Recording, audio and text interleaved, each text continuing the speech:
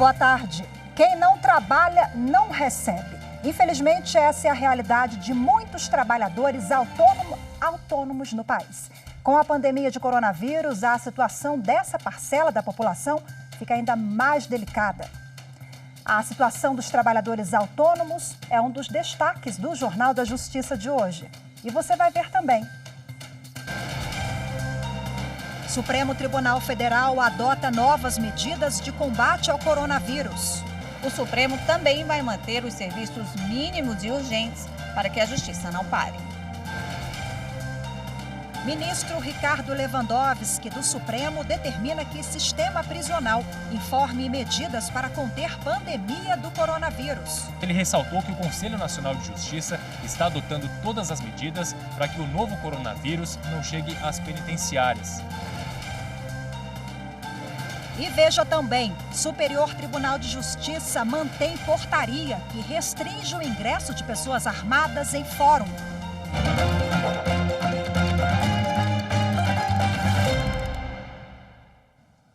Prevenção ao coronavírus. O Supremo Tribunal Federal adotou novas medidas de prevenção à Covid-19. Elas foram aprovadas em sessão administrativa virtual e vão valer até o dia 30 de abril. Hoje, o Supremo Tribunal Federal amanheceu assim. Apenas uma porta liberada para entrada e saída de servidores e terceirizados. Mas quem pensa que a corte está parada se engana. O atendimento presencial ao público foi suspenso para garantir a segurança e prevenção ao coronavírus. Mas os atendimentos a advogados, procuradores e defensores são feitos por meio telefônico ou eletrônico. O protocolo vai funcionar de 1 às 5 da tarde, exclusivamente para processos físicos urgentes. E a contagem de prazos desses processos está suspensa até 30 de abril. A suspensão atinge apenas 5% dos processos que tramitam aqui na Corte, mas o objetivo é reduzir a circulação interna de pessoas no tribunal. O Supremo também vai manter os serviços mínimos e urgentes para que a justiça não pare. Serão analisadas apenas medidas urgentes, como liminares e antecipação de tutela, pedidos de liberdade provisória, medidas cautelares que não sejam de prisão, pedidos de prisão preventiva ou temporária feitos pelo Ministério Público ou Polícia para fins de extradição. O STF também poderá analisar casos de busca e apreensão de pessoas, bens ou valores que forem urgentes. Os ministros também poderão analisar pedidos de progressão e regressão de regime prisional, além de concessões a presos, como indulto ou substituição de pena, conforme recomendação editada pelo CNJ. A distribuição dos processos aos ministros continua normalmente. O presidente da República, Jair Bolsonaro, por meio da Advocacia Geral da União, ingressou com uma ação no Supremo Tribunal Federal. A AGU pede a suspensão da contagem dos prazos das medidas provisórias enviadas ao Congresso Nacional para que elas não percam a eficácia. Vamos entender melhor com a consultora jurídica da TV Justiça, Gisele Reis. O pedido da Advocacia Geral da União é para que o prazo da análise das medidas provisórias no Congresso Nacional seja suspenso inicialmente por 30 dias. E por que esse pedido? Bom, nós estamos vivendo num período de excepcionalidade por conta do combate à pandemia do coronavírus. Várias medidas provisórias estão sendo editadas pelo presidente da República. A medida provisória é um ato normativo de competência privativa do presidente da República, que só pode editar em casos de relevância, urgência. Então, é preciso ter situações de emergência, de relevância e urgência para que essas medidas provisórias possam ser editadas. E elas passam a valer imediatamente após a sua publicação. Então, dentro de um prazo de 60 dias depois da sua publicação, prorrogáveis por mais 60, elas devem ser analisadas pelo Congresso Nacional sob pena de perderem a sua eficácia. A Advocacia Geral da União está preocupada que esse prazo, está preocupada que o Congresso Nacional não consiga analisar essas medidas provisórias dentro do prazo constitucional previsto, em razão do regime excepcional das atividades, tanto da Câmara dos Deputados quanto do Senado, inclusive com muitos membros, senadores, deputados que estão afastados por fazerem parte do grupo de risco. Então, temendo a segurança jurídica e tentando preservar, numa tentativa tentativa de preservar as medidas provisórias que estão tratando de temas sensíveis da sociedade brasileira neste momento, a AGU apresentou esse pedido ao Supremo Tribunal Federal no sentido de suspender a prorrogação, suspender o prazo por 30 dias, podendo esse prazo ser ampliado e permanecer, né, esse prazo de ampliação permanecer, enquanto as atividades do Congresso Nacional não voltarem à normalidade.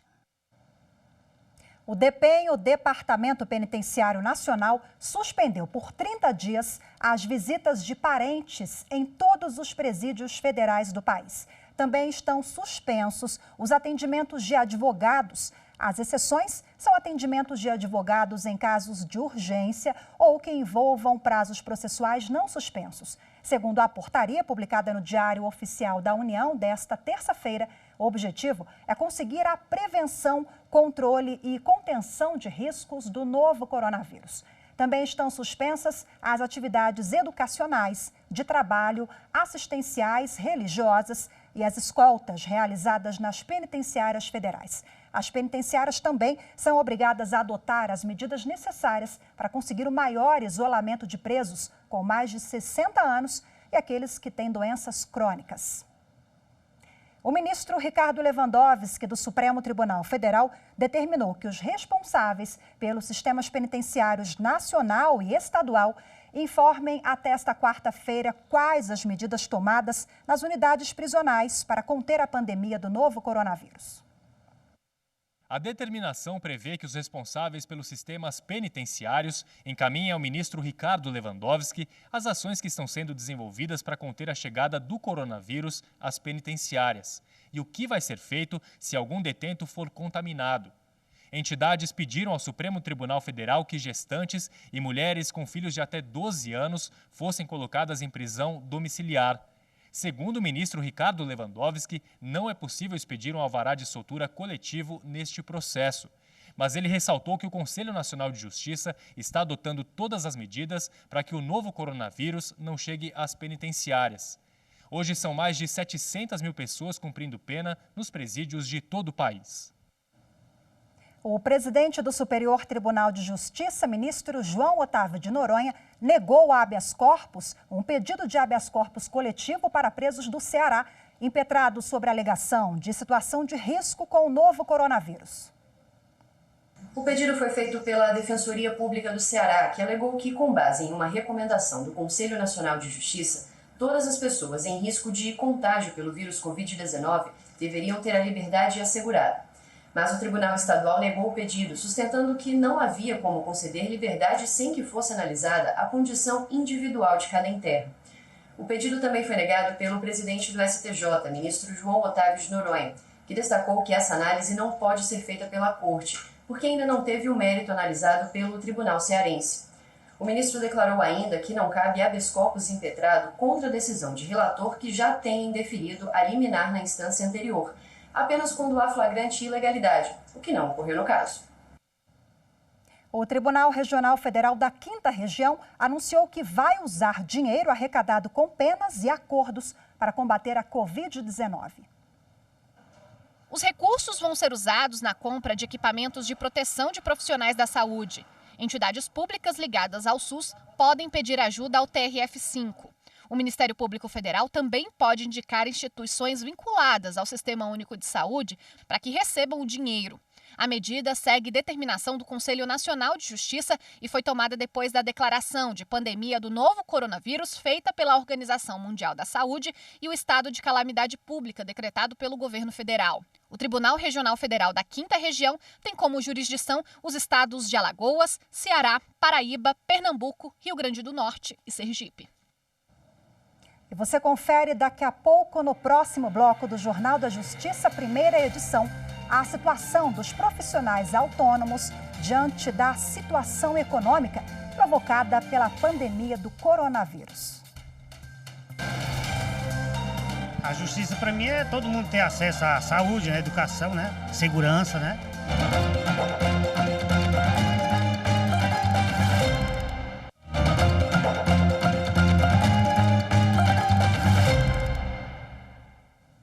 primeira turma do Superior Tribunal de Justiça mantém portaria que restringe o ingresso de pessoas armadas em fórum. A Associação dos Delegados de Polícia do Estado de Mato Grosso do Sul alegou que a portaria coloca em risco a vida dos policiais ao exigir que entreguem a arma na entrada do fórum. O porte de arma, de acordo com a associação, é um direito líquido e certo dos policiais, amparado por lei. Ao rejeitar o pedido, o Tribunal de Justiça de Mato Grosso do Sul afirmou que, apesar de a Lei 10.826 de 2003 garantir o porte funcional de armas, o Conselho Nacional de Justiça recomenda aos tribunais locais que restringam a circulação de pessoas armadas em suas dependências, garantindo a segurança do público.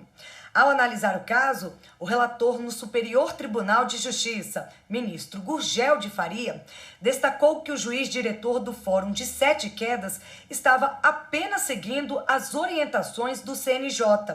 O ministro ressaltou que não há incompatibilidade entre a portaria do juiz e a lei, já que as áreas afetadas ao fórum são controladas pela própria administração e a ele incumbe o exercício do poder de polícia e a garantia da segurança local.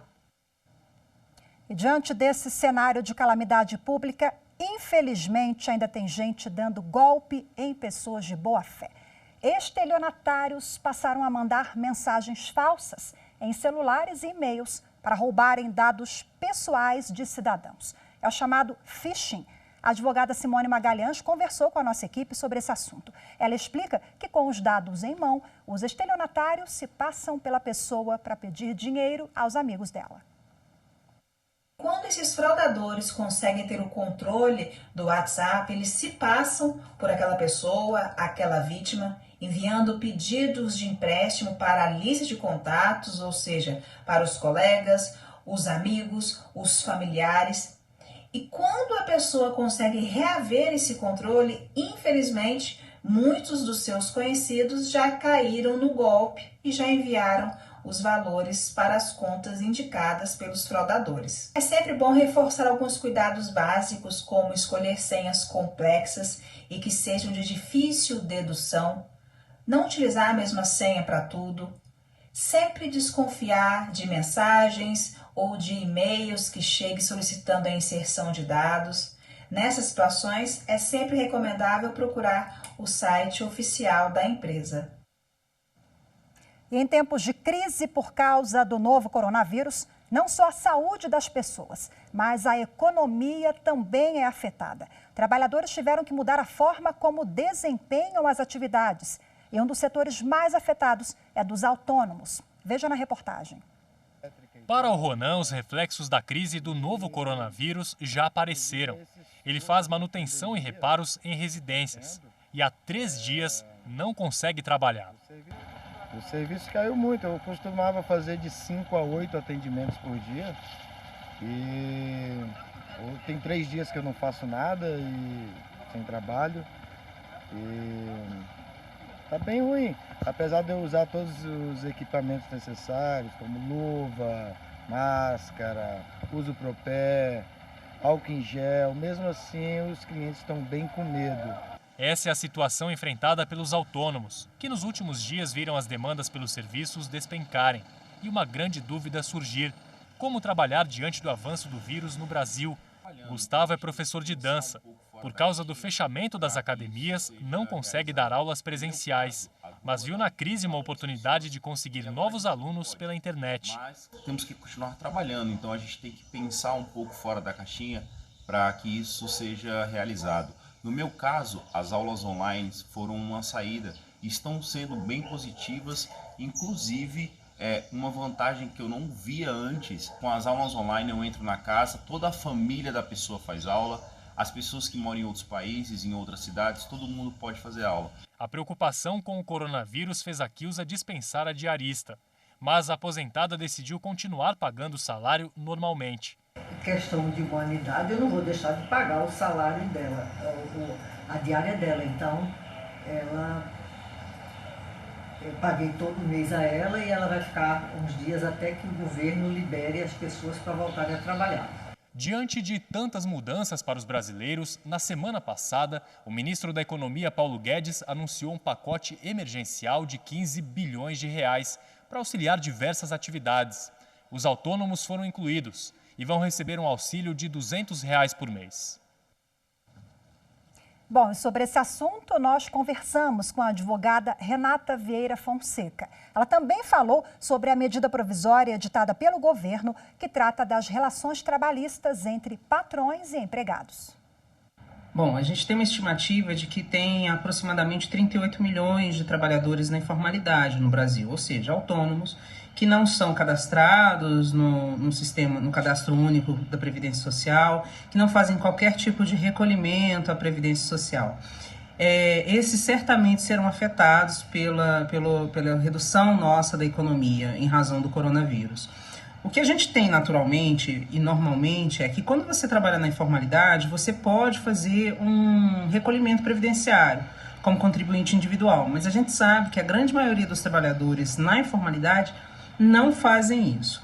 Pensando nessa situação, dependia da declaração de decreto de calamidade pública, o governo federal deve provavelmente soltar uma medida provisória para esses dias, liberando o que a gente chama de Corona Voucher, que seria aproximadamente R$ 200 pelo período de 3 meses para os trabalhadores. Para recebimento do Corona Voucher ou desse benefício que o governo deve passar para os informais e para os autônomos, é preciso que ele esteja cadastrado num cadastro único junto à Previdência Social. Após esse cadastro, provavelmente ele vai receber através do pagamento dessa parcela de R$ 200 durante 3 meses através da Caixa Econômica Federal. Em INSS, mas o pagamento será repassado através da Caixa Econômica Federal.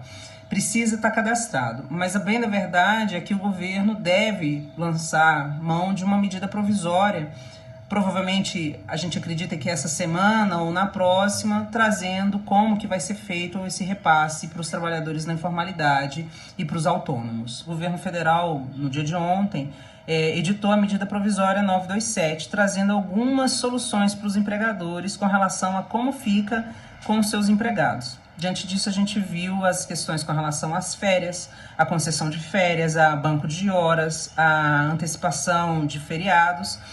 E a gente chegou a ver a questão da suspensão do contrato de trabalho, com a suspensão de pagamento, mas o governo recuou com relação a isso. O artigo 18 da medida provisória não vale mais. No final do dia de ontem, ele editou uma medida provisória que cancela esse artigo 18. Bom, a medida provisória 927 afeta diretamente os empregados seletistas. Ele traz para a gente a questão do teletrabalho, que já tinha uma regulamentação na CLT, mas a medida provisória elimina alguns comunicados que deveriam ser feitos.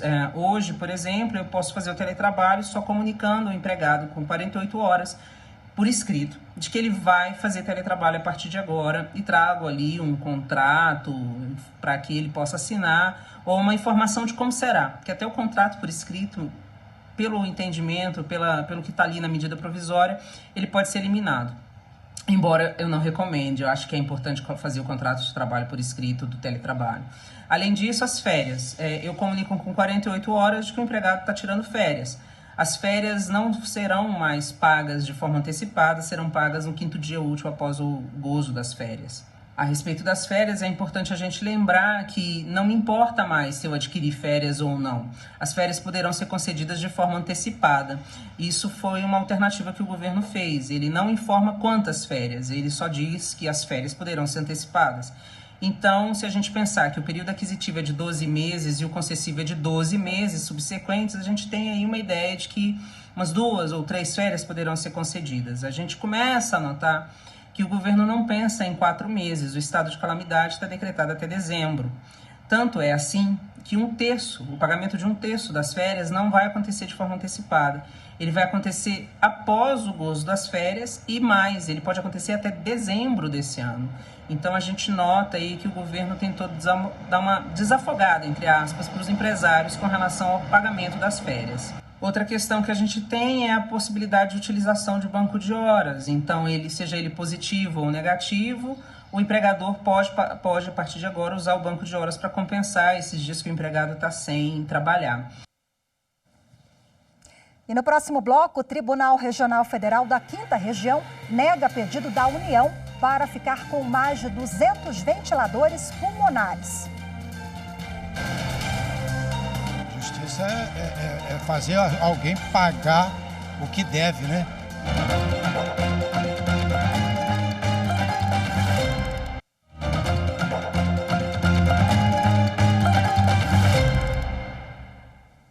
A Justiça Federal autorizou o governo do Distrito Federal a zerar o ICMS, que é o Imposto sobre Circulação de Mercadorias e Serviços, para álcool em gel, máscaras e outros produtos de prevenção ao novo coronavírus. A decisão foi baseada no princípio da proteção à saúde, previsto na Constituição Federal. O ICMS, Imposto sobre Circulação de Mercadorias e Serviços, é cobrado na transferência de produtos de um estado ou município para o outro. Com a autorização da Justiça, o governo do Distrito Federal publicou um decreto para oficializar a isenção. A medida vai deixar mais barata a compra de álcool em gel, máscaras e demais produtos de prevenção ao novo coronavírus. O Tribunal Regional Federal da 5ª Região negou o pedido da União para ficar com mais de 200 ventiladores pulmonares. Os equipamentos foram comprados pela Prefeitura do Recife para tratar vítimas da Covid-19. Na decisão, o presidente em exercício do tribunal, o desembargador Lázaro Guimarães, determinou que 3 empresas devem entregar ao município os aparelhos já adquiridos. No último fim de semana, o governo federal havia pedido todas as máquinas disponíveis no mercado, incluindo as destinadas ao município. Ainda cabe recurso da decisão. O presidente do Supremo Tribunal Federal e do Conselho Nacional de Justiça, ministro Dias Toffoli, se reuniu nesta terça-feira por meio de videoconferência com integrantes do Conselho Diálogo pelo Brasil. O assunto foi o coronavírus. A videoconferência reuniu as maiores empresas do país e o presidente da Federação das Indústrias do Estado de São Paulo, Paulo Scaff. O objetivo é encontrar medidas que vão ser adotadas para minimizar os prejuízos provocados pelo coronavírus. Na reunião desta terça-feira, estavam presentes, entre outros setores, os bancos, construção civil, indústria e agricultura. Na abertura da videoconferência, o presidente do Supremo Tribunal Federal e do Conselho Nacional de Justiça, ministro Dias Toffoli, afirmou que o momento é de união e diálogo e destacou que é preciso definir quais medidas vão ser adotadas para a retomada da atividade econômica do país após a crise do coronavírus. E o Jornal da Justiça de hoje fica por aqui. Você acompanha agora o programa especial Coronavírus. A gente se encontra daqui a pouquinho, um intervalo rapidinho. Eu espero você. Até lá.